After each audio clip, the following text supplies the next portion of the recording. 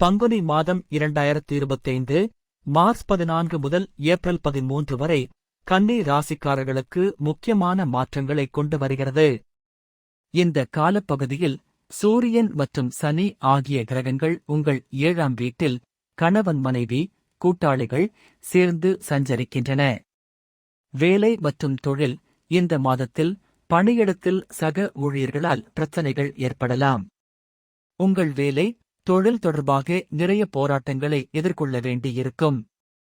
குடும்பம் மற்றும் உறவுகள்: திருமணமானவர்கள் தங்கள் வாழ்க்கைத் துணையுடன் சில கருத்து வேறுபாடுகளை சந்திக்கலாம்.